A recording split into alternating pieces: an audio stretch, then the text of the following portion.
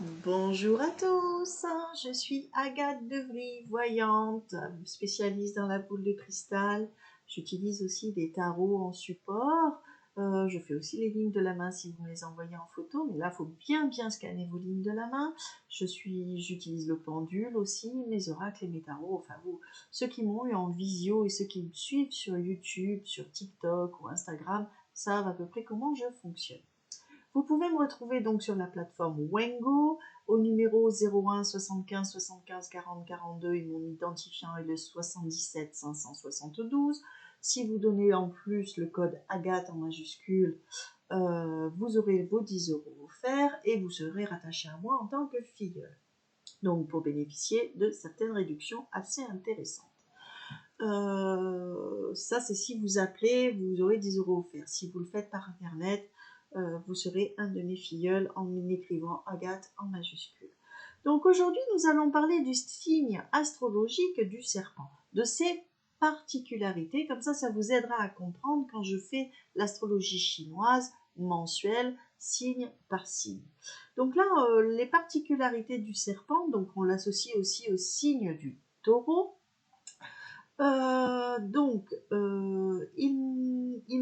Ces couleurs qui lui portent chance, pardon, je vais retrouver mes phrases. Ça va être le noir, le rouge et le jaune. Ce qu'il ne faut pas qu'il porte, c'est tout ce qui est marron, or et blanc. Ça, ce sont des couleurs qui lui porteraient pas chance. Les chiffres malchanceux avec lui sont le 1, le 6 et le 7. Les nombres qui sont chanceux pour lui sont le 2, le 8 et le 9, dans toutes les combinaisons possibles. Alors, lui aussi, comme le tigre, c'est un grand maniaque, le serpent. Il aime l'ordre et le rangement. Et comme le lièvre, c'est un grand craintif. Et comme le dragon, c'est un très grand intuitif. Il a une facilité de communiquer avec l'invisible, le serpent. Il adore sa fleur fétiche, il adore l'orchidée. En tout cas, c'est sa fleur fétiche, sa fleur totem. Le serpent s'entend à merveille en amour avec le dragon, justement, et avec les coqs, à merveille. En amitié, il s'entend très bien avec le cochon et le singe. Ça dépend aussi au niveau de l'âge. Par contre, en affaires, ça fait des affaires mais vraiment de folie avec le coq, le dragon et le cochon.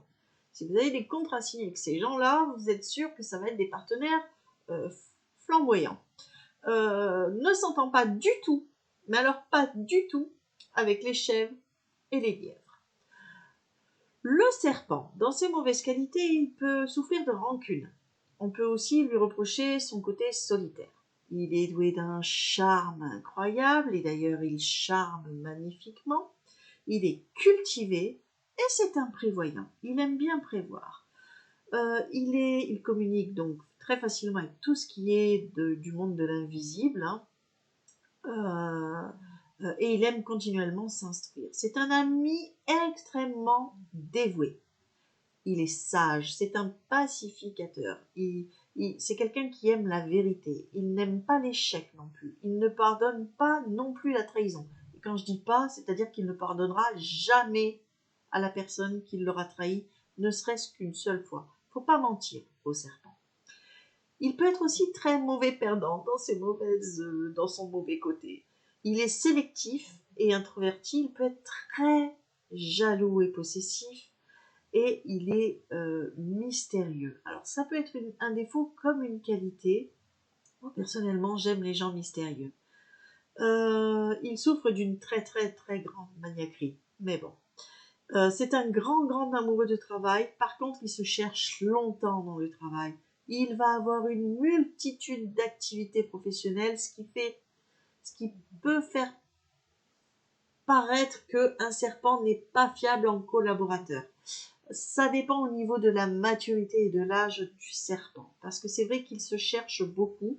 Par contre, une fois qu'il s'est trouvé, il se donne vraiment à fond dans son professionnel. Il se lasse vite en fait. C'est pour ça qu'il change souvent de travail. Il se lasse vite. Il analyse. Il trouve toujours des solutions. Il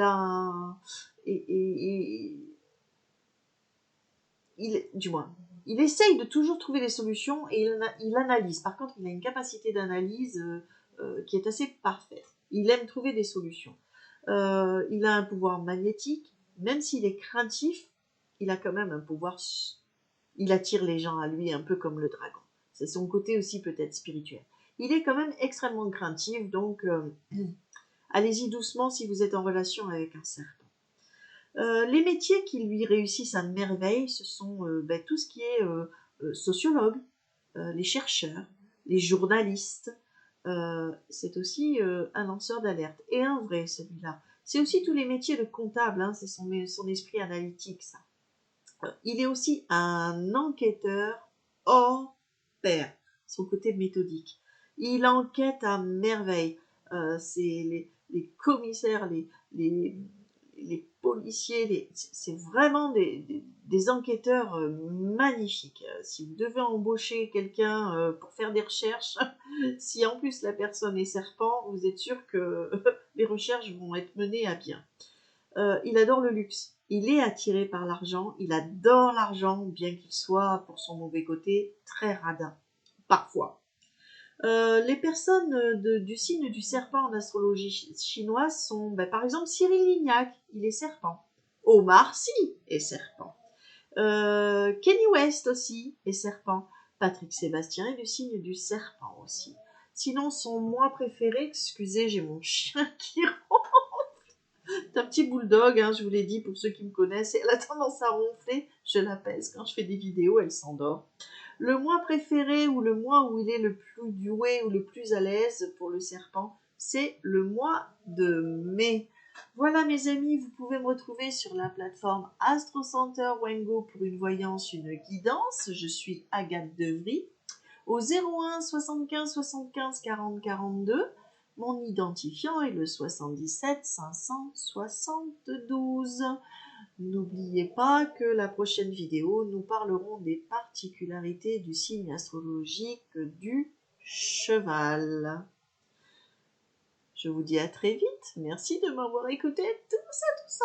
À très vite.